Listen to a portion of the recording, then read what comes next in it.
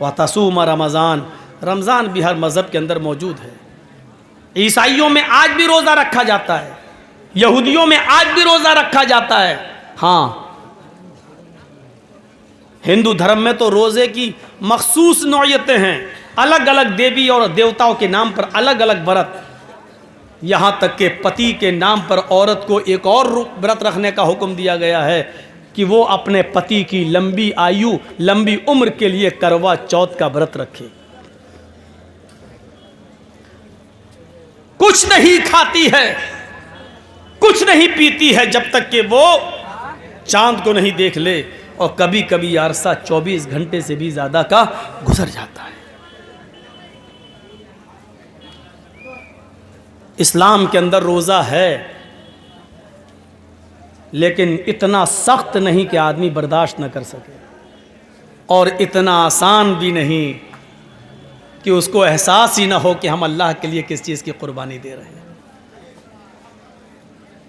बस रमज़ान के महीने में तुम रोज़े से नहीं हो, मौलाना साहब भूख बर्दाश्त नहीं होती, मैं लेबर हूँ, मजदूर हूँ, काम करता हूँ, ईंटें ढोता हूँ, लेबर का काम करता हूँ, रिक्शा चलाता हूँ, मेहनत का काम है मेरा, इसलिए रोज़ा नहीं रख पाता हूँ। अल्लाह के बंदे, भूख और प्यास को बर्दाश्त करने का नाम ही तो रोज़ा है। अगर ये बर्दाश्त नहीं कर सकता है तो रोज़ा कैसा? इस्लाम की तारीख उठा के देखो, अक्सर जंगें, बल्कि जितनी भी जंगें हुई हैं इस्लाम की तारीख में, सब रोज़े की, रमज़ान के महीने में अक्सर हुई हैं। क्यों? सहाबा रोज़े की हालत में जिहाद किया करते थे, लड़ते थे, बगैर खाए और पिए तलवार चलाया करते थे। कभी कभी सुबह से शाम हो जाया करती थी काफिरों से लड़ते लड़ते, और कमज़ोर हो जाया करते थे, लेकिन उनके दिल में तमन्ना ये थी, इस हाल में अगर शहीद हो जाऊं तो अल्लाह के यहाँ मुझे और सवाब मिलेगा। मेरे प्यारे साथियों, तसव्वुर करो, जिहाद वैसे ही एक बहुत बड़ा काम, मेहनत, धूप, उसमें आराम नहीं होता है, दुश्मन से बचना भी पड़ता है और वार भी करना पड़ता है, दौड़ना भी पड़ता है और पहाड़ी और दरख्तों की ओट में छिपना भी पड़ता है। लेकिन इसके बावजूद वो रोज़े की हालत में हैं और जिहाद कर रहे हैं। हम रोज़ा रख कर रिक्शा नहीं चला सकते, रोज़ा रख कर हम मजदूरी नहीं कर सकते। रोज़ा इसलिए नहीं रखते हैं क्योंकि खैनी नहीं छूटती है, रासिरी नहीं छूटती है, रजनीगंधा नहीं छूटता है, बीड़ी और सिगरेट नहीं छूटती है। रोज़ा भी हर मज़हब के अंदर। व तहुज्जल बैत, और हज करो, हज भी हर मज़हब के अंदर है। यह अलग बात है कि उनके यहाँ तीर्थ स्थान अलग अलग हैं। यहूदियों का तीर्थ स्थान इज़राइल में है, दुनिया भर के यहूदियों को इज़राइल जाने का हुक्म है। ईसाइयों का भी तीर्थ स्थान है। हमारे हिंदू भाइयों के तीर्थ स्थान तो इतने हैं कि उनको खुद गिनती याद नहीं। कभी हरिद्वार, कभी बनारस, कभी इलाहाबाद, जहां गंगा जल मौजूद हो और गंगा बहती हो वहां तीर्थ स्थान। और इस्लाम के अंदर भी एक तीर्थ स्थान है, और वो क्या है कि आप इस्तिताअत हो, ताकत हो तो आप खाने काबा की ज़ियारत करें, हज करें। ये बुनियादी तौर पर इस्लाम की जो परिभाषा है, इस्लाम की जो तारीफ़ है मेरे भाइयों, वो हर मज़हब के अंदर है। इससे पता चलता है कि इस्लाम मुहम्मदुर रसूलुल्लाह का अकेला दीन नहीं है। आदम से लेकर मोहम्मद सल्लल्लाहु अलैहि वसल्लम तक जितने भी नबी आए सभी इस्लाम को लेकर आए, लेकिन नबी अकरम के बाद इस्लाम को मुकम्मल कर दिया। अल-यौमा अकमलतु लकुम दीनकुम व अतममतु अलैकुम निअमती व रज़ीतु लकुमुल इस्लाम दीना।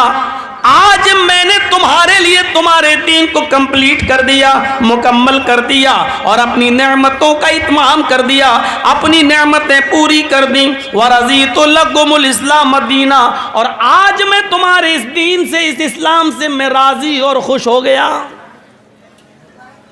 आज मैं तुम्हारे इस दीन से, इस्लाम से राज़ी और खुश हो गया। ये वही इस्लाम है जो नबी अकरम के ज़माने में मुकम्मल हुआ, और अल्लाह उसी इस्लाम से राज़ी है जो नबी ने हमें दिया।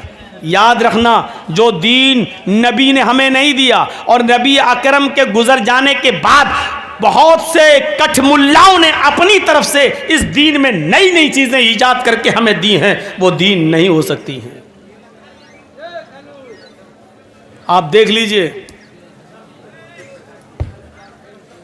एक चिल्ला रहा है अल्लाहु अकबर अल्लाहु अकबर, और पूरी अजान देने के बाद ला इलाहा इल्लल्लाह, ख़त्म, आया मस्जिद में नमाज का वक्त हो गया। इसके बाद एक दूसरा आता है अल्लाहु अकबर, उसकी अजान भी ख़त्म होती है ला इलाहा इल्लल्लाह पर। उसके बाद वो नमाज पढ़ता है और नमाज पढ़ने के बाद फिर वो दरूद शरीफ या सलाम पढ़ना शुरू कर देता है। मुस्तफ़ा जाने रहमत पे लाखों सलाम, फला फला सलाम, फला पे लाखों सलाम। कभी आपने सुना है लाखों सलाम कह देने से लाखों सलाम हो जाएंगे? आप ही बताइए। आप कहिए जर्जी साहब लाखों बार अस्सलामु अलैकुम, तो लाखों बार हो जाएगा। अगर लाखों बार कह देने से लाख बार हो जाने वाला होता तो हम 33 बार क्यों पढ़ें सुभान अल्लाह, 33 बार क्यों पढ़ें अल्हम्दुलिल्लाह, 34 बार क्यों पढ़ें अल्लाहु अकबर? हम तो कहते हैं 33 बार सुभान अल्लाह, हो गया। हम तो कहते हैं 34 बार अल्लाहु अकबर, हो गया। जब तुम एक बारी भी कह देते हो मुस्तफ़ा जाने रहमत पे लाखों सलाम, जब लाखों कह देने से लाखों हो गया, तो हम 34 कहने से 34 नहीं होगा, हमारे 33 कह देने से 33 नहीं होगा। हो तो मौलाना बात तो सही कह रहे हो, लेकिन हमारे बाप 9 9 19 कहते हैं, हम 18 क्यों कहेंगे? हमारे बाप ने वही पढ़ा है। तो जो चीज़ इस्लाम में नहीं थी, नबी ने नहीं दी, वो नबी अकरम के इस दुनिया से गुजर जाने के बाद इस्लाम का हिस्सा नहीं हो सकती। इसलिए अल्लाह ने क्या फरमाया, आज मैंने उसी दीन को तुम्हारे लिए मुकम्मल किया है जो दीन तुम्हें मोहम्मद रसूलुल्लाह ने दिया है, और उसी दीन से मैं राजी और खुश हो गया। जहां ये चीज़ें बताई गई हैं इस्लाम की, वहीं कुछ ऐसी चीज़ें भी बताई गई हैं जिनका छोड़ना भी बहुत ज़रूरी है। और आइए सुनिए, एक हदीस पढ़ने जा रहा हूँ आपको। इस हदीस को इमाम अहमद ने अपनी मुस्नद अहमद के अंदर नकल किया है। हदीस के रावी हज़रत मुआज़ इब्न जबल रज़ी अल्लाह ताला अन्हु हैं। इस हदीस के अंदर 10 बातें बताई गई हैं। शायद मैं अपनी तकरीर में उन 10 बातों को पूरा न कर सकूं, इसलिए पहले 5 पढ़ के सुना रहा हूं। इन 10 चीज़ों को देखिए और सुनिए। मुझे लगता है कि 12:30 डेढ़ 1 घंटा पौन घंटे से ज़्यादा हो गया मुझे, पौन घंटे से तकरीबन। अब आपको सुकून पैदा कर लेना चाहिए था अपने जलसे में, लेकिन अभी तक सुकून है नहीं। उठना बैठना, वो देखो चप्पल उठा के चल दिए हज़रत। ये बीच से जो उठना बैठना होता, हमको इससे बड़ा डिस्टर्ब होता है। जिनको ज़्यादा उठने की आदत है वो पीछे बैठा करें। उनकी उम्र कितनी है देखो तो, 60 साल। ये रात के 1:30 बजे जाके क्या करेंगे? अब चाची भी इनके लायक न रही। अब ऐसे लोग इस रात में उठ के भागेंगे तो कैसे काम चलेगा, आप बताइए। और जब पेशाब ज़्यादा लगता, किनारे बैठना चाहिए, फिर बीच में नहीं आना चाहिए, क्योंकि बूढ़े आदमी हैं, हर चीज़ लगेगी। कल के जलसे में एक छोटा सा बच्चा उठ गया, वहाँ कल नहीं शायद परसों के जलसे में। अब उसकी वो कमर ऐसे ऐसे करने लगा, उसकी कमर में दर्द। बताइए, इतने से बच्चे की कमर में दर्द, जबकि उसने कमर का कोई काम लिया ही नहीं अभी तक, और कमर में दर्द। अजीब हालतें हो रही, सामने बैठ के ये सब काम करते। इन 10 चीज़ों को सुनिए नौजवानों। आज 10 ना बता पाए तो 5 तो इंशाल्लाह मैं बता ही दूंगा, और 5 गिना दूंगा रस्मी तौर पर, ताकि याद रहे कि 10 हैं क्या। वअन मुआज़ इब्न जबल रज़ियल्लाहु तआला अन्हु क़ाल औसानी रसूलुल्लाह सल्लल्लाहु अलैहि वसल्लम बिअश्रि कलिमात ला तुशरिक बिल्लाहि शैअन इन क़ुतिलता औ हुर्रिक़ता वला तउक़न्न वालिदैक व इन अमराकन तख़रुज मिन अहलिक व मालिक वला ततरुकन्न सलातन मक्तूबतन मुतअम्मिदन फ़इन्न मन तरक सलातन मक्तूबतन मुतअम्मिदन फ़क़द बरिअत मिन्हु ज़िम्मतुल्लाह वला तशरबन्न ख़मरन फ़इन्नहु रासु कुल्लि फ़ाहिशतिन इय्याका बिल मासियह फ़इन्न बिल मासियति हल्ल सख़तुल्लाहि अज़्ज़ व जल्ल। फिलहाल 5 चीज़ें, ये भी इस्लाम का एक हिस्सा है। आप इबादत कर रहे हैं, हज कर रहे हैं, ज़कात दे रहे हैं, कलमा पढ़ रहे हैं, लेकिन इन चीज़ों से अगर आप रुक नहीं रहे हैं तो आप इस्लाम के अंदर दाखिल नहीं हैं। मुआज़ इब्न जबल कहते हैं कि अल्लाह के रसूल सल्लल्लाहु अलैहि वसल्लम ने मुझे 10 बातें बताई, 10 चीज़ों की मुझे वसीयत की, 10 चीज़ों का मुझे हुक्म दिया। उन 10 चीज़ों में पहली चीज़ क्या बताई? ला तुशरिक बिल्लाहि शैअन इन क़ुतिलता औ हुर्रिक़ता। आए मुआज़, अल्लाह के साथ कभी भी किसी भी हाल में किसी गैर को शरीक मत करना। चाहे तुम्हें कत्ल कर दिया जाए या तुम्हें जलाकर राख कर दिया जाए, तुम्हारी बॉडी को जलाकर हवा में उड़ा दिया जाए, कुछ भी किया जाए, लेकिन अल्लाह के साथ किसी को शरीक मत करना। शिर्क सबसे बड़ा गुनाह है। इन्नल्लाह ला यग़फ़िरु अन युशरक बिही व यग़फ़िरु मा दून ज़ालिका लिमन यशा। अल्लाह शिर्क को कभी माफ़ नहीं करेगा और उसके अलावा जिसको चाहेगा बख्श देगा। उस अपनी कुदरत से जिसको चाहेगा माफ़ कर देगा, लेकिन शिर्क को कभी माफ़ नहीं करेगा। अगर किसी मुशरिक को उसके शिर्क की वजह से माफ़ी मिलने की इजाज़त होती या माफ़ किया जा सकता है कोई मुशरिक, तो वो अल्लाह के रसूल के चचा अबू तालिब हैं, लेकिन अबू तालिब को भी माफ़ नहीं किया जाएगा। हज़रत इब्राहीम के बाप आज़र हैं, लेकिन आज़र को भी जहन्नम से निकाला नहीं जाएगा, क्योंकि इन दोनों का इंतकाल शिर्क पर हुआ है। समझ में नहीं आ रहा है भैया? पीछे बोल रहा, देखो लगा कान में आवाज़ आती है भाई। असल में हम लोग बम्बई, राजस्थान, हरियाणा, हैदराबाद, कश्मीर, पंजाब, हर जगह जलसा कर चुके हैं, बड़ा सुकून रहता है, तो वही आदत बनी हुई है। टोटल बिहार और बंगाल में हम जलसे कर रहे हो तो शोर शराबे में भी बोलने की आदत होती, तो हमारी नहीं है आदत, हम भूल जाते हैं, अब जहन से निकल जाता है कि हम क्या बोल रहे हैं। तो शिर्क अल्लाह रब्बुल आलमीन माफ़ नहीं करेगा, लेकिन शिर्क को पहचानिए, शिर्क क्या है। हर आदमी कहता है शिर्क गुनाह है, लेकिन शिर्क है क्या? अल्लाह के नबी फरमाते हैं कि शिर्क चींटी की चाल से ज़्यादा बारीक है। हम कर जाते हैं और पता नहीं चलता। जर्जिस साहब को बुखार आ गया, सर में दर्द है, डॉक्टर के पास गए, जल्दी से 102 102 डिग्री बुखार तेज, पैरासीटामोल दिया, डोलो दिया, कुछ दिया, जल्दी से खाया पिया, खाना ना खा के थोड़ी देर के बाद आराम, माशाल्लाह अच्छा आराम मिला। मौलाना साहब कैसी तबीयत है? बहुत अच्छी, उस डॉक्टर ने मुझे ठीक कर दिया है। शिर्क हो गया। अरे फलां डॉक्टर से दवा लाए, उसकी दवा से ठीक हो गए। शिर्क कर दिया हमने, हमें पता भी नहीं चला। हम समझ रहे हैं कि किसी मजार पे जाके चादर चढ़ाओ, माथा टेको और कहो बाबा तेरे दर पे आया हूं तो झोला झोली भर के जाऊंगा, यही शिर्क है। नहीं, शिर्क चींटी की चाल से ज्यादा बारीक है। जबकि हमें क्या कहना चाहिए, माशाअल्लाह उस डॉक्टर की दवा मैंने खाई, अल्लाह ने उस डॉक्टर की दवा में शिफा रखी थी, अल्लाह के हुक्म से मैं ठीक हो गया। कहना यह था हमें, अल्लाह ने उस डॉक्टर के जरिए मुझे ठीक कर दिया, यह भी चलेगा।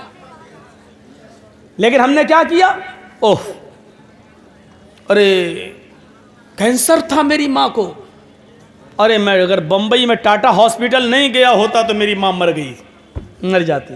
शिर्क हो गया। घर में कुत्ता पला हुआ, पालना नहीं चाहिए, मैं ये नहीं कह रहा हूं कि पालो, बहुत से लोग पालते हैं। घर में पला हुआ है, चोर आए चोरी करने, कुत्ते ने भौंकना शुरू कर दिया, चोर भाग गए। सुबह उठ के आपने कह दिया अगर कुत्ता ना होता तो चोरी हो जाती। शिर्क हो गया। इस कुत्ते की वजह से मेरे घर में चोरी बच गई।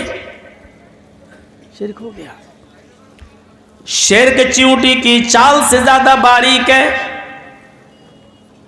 लेकिन हां चूंकि यहां कसदन और जानबूझकर आप ये नहीं कह रहे हैं, इसलिए उस दर्जे में दाखिल नहीं होंगे, क्योंकि आपकी नीयत ये नहीं थी कि डॉक्टर नहीं सही किया है। आप ये जानते थे कि अल्लाह ही ने डॉक्टर के हाथ में शिफा दी है, लेकिन जबान से आपके निकल गया कि डॉक्टर की वजह से सही हो गए।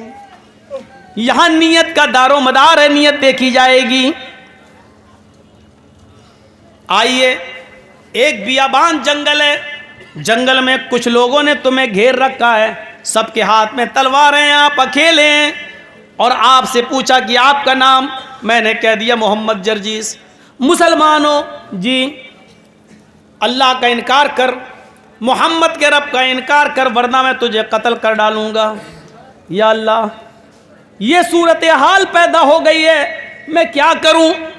हदीस की किताब मुस्लिम शरीफ की हदीस के अल्फाज ये कहते हैं कि अल्लाह के नबी से यही सिचुएशन एक सहाबी ने पूछी थी कि जंगल में मैं अकेले पड़ जाऊं और लोग मुझे घेर लें और वो ये कहें कि मोहम्मद के रब का इनकार कर, अल्लाह का इनकार कर, तब मैं तुझे छोड़ूंगा। तो अल्लाह के रसूल, अगर मेरी जान जा रही हो, लेकिन अल्लाह का इनकार करने से अगर मेरी जान बच रही हो तो मैं क्या करूं। अल्लाह के नबी यहाँ क्या फरमाते हैं, आपने फरमाया अगर अल्लाह का इनकार करके तेरी जान बच रही है तो बचा ले, अल्लाह का इनकार कर दे। क्योंकि जब तू कलमा पढ़ता है तो उसका पहला हिस्सा भी इनकार पर ही मुश्तमिल है, ला इलाहा, कोई माबूद नहीं। आप तो अल्लाह का भी इनकार कर रहे हो ना, ला इलाहा, कोई है ही नहीं रब, कोई है ही नहीं माबूद, इल्लल्लाह कह के अल्लाह का इकरार कर रहे हो। पहले तो आप इनकार ही कर रहे हो ना, पहले इनकार, ला इलाहा इल्लल्लाह, ला इलाहा, कोई है ही नहीं, अल्लाह का भी इनकार, बाद में कह रहे हो इल्लल्लाह। तो अगर अल्लाह का इनकार करने से तेरी जान बच रही है तो बचा ले, जब वो तुझे छोड़ दें, घर पे आ जाए तो फिर इल्लल्लाह कह देना, यानी अल्लाह के अलावा कोई फर्क नहीं पड़ेगा, तुम्हारी जान बच जाए तो ऐसा कर सकते हो। अल्लाह का इनकार करके तेरी जान बच रही है तो बचा लो। उसने मसला बदल दिया। उस सहाबी ने मसला पूछा, अल्लाह के रसूल, अगर वो ये कहे कि मेरे मालिक को सजदा करो, भाई उन 5-6 लोगों में उसका कोई सरदार भी हो और वो ये कहे कि नहीं, 5-6 आदमी मुझे घेर लें, सबके हाथ में तलवार है, वो ये कहें कि मेरे मालिक को सजदा करो तब मैं तुम्हें छोड़ूंगा, इसके सामने सर झुकाओ तब मैं छोड़ूंगा, और सजदा करने से ही मेरी जान बच सकती है वरना नहीं, तो क्या मैं सजदा कर दूं। तो अल्लाह के नबी ने यहां क्या जवाब दिया वो सुनिए। अल्लाह के नबी फरमाते हैं, नहीं, इन कुतिलता औ हुर्रिकता, अगर तुझे टुकड़े टुकड़े भी कर दिया जाए तो करवा लेना, जलाकर राख कर दिया जाए तो करवा लेना, लेकिन अल्लाह के अलावा किसी और को सजदा ना करना। शिर्क समझ गए आप।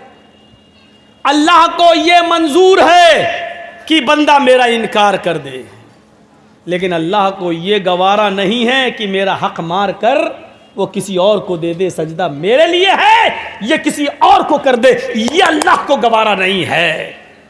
आए दरे गैर पर सर झुकाने वालों, जंगल के अंदर अपनी जान बचाने के लिए भी किसी गैर के सामने सजदा करना जायज नहीं है। अल्लाह का इनकार करके जान बच रही है तो बचा लो, लेकिन अगर किसी को सजदा करके तुम्हारी जान बच रही है तो नहीं बचा सकते हो। मर जाना गवारा कर लो, लेकिन गैर को सजदा ना करो। मुस्नद अहमद ही की एक हदीस है ना कि दो लोग